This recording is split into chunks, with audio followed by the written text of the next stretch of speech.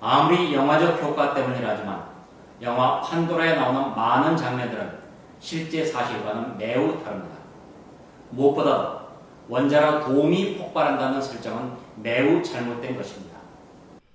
영화는 원자로 돔이 내부 압력 540kPa로 폭발한다고 설정되었지만 우리나라 원자로 돔의 실제 내압 능력은 영화 설정보다 2배 반가량 높은 1310kPa입니다.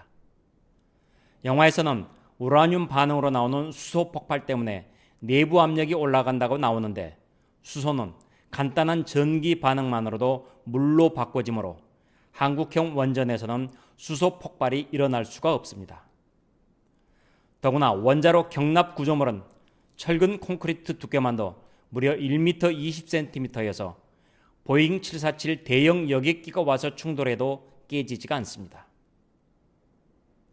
둘째, 영화는 규모 6.1의 지진으로 냉각제 밸브에 균열이 생기며 재앙이 시작된다고 설정했는데 역시 사실과는 전혀 다릅니다.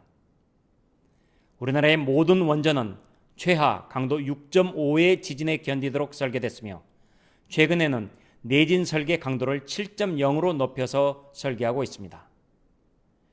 강도 7.0의 내진 설계는 작년 경주에서 있었던 5.8 규모 지진의 60배 이상 충격까지 견딜 수 있는 수준입니다.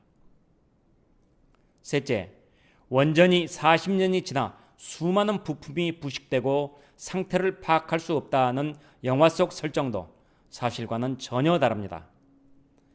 우리나라 원전 설비는 모든 부품이 제각각 고유 번호를 가지고 있고 원자력 안전위원회의 기준에 따라 엄격하게 관리되고 있어 부식의 징조가 보이면 즉시 교체하기 때문입니다.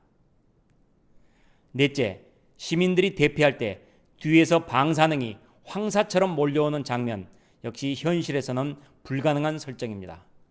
방사능은 색깔도 냄새도 없고 특별한 장비가 아니면 존재 여부를 알 수가 없기 때문입니다. 다섯째, 노후 원전을 2개월 동안 졸속 보수 공사한 뒤 다시 운전을 한다는 영화 대사가 나오는데 역시 사실과 전혀 다릅니다. 원전을 계속 운전할지 말지를 결정하기 위해서는 모든 부품을 심사하고 개선한 뒤 다시 평가하는 무려 7년의 절차를 거치도록 법으로 돼 있기 때문입니다.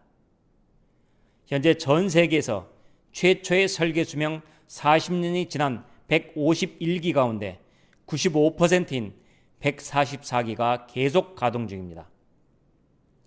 우리나라 정부가 얼마 전 고리 1호기를 40년 만에 영구 정지시켰는데 우리나라만 낭비하고 있는 것입니다.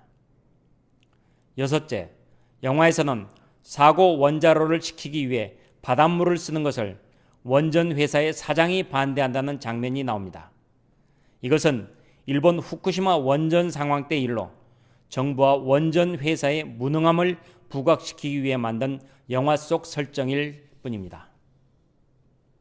일곱째, 대피한 지역 주민을 실내체육관에 가둬두고 경찰과 정부 기관 직원들만 철수하는 장면이 나오는데 아무리 정부에 대한 불신이 크다 해도 이런 일은 있을 수 없는 영화를 찍기 위한 억지 설정일 뿐입니다. 문재인 대통령은 영화 판도라를 보고 감동받아 눈물을 흘렸다고 하는데 실제 사실과는 전혀 다른 이 영화가 대한민국을 혼란스럽게 만드는 것은 아닌지 매우 우려스럽습니다. 지금까지 국회 부의장 신재철이었습니다.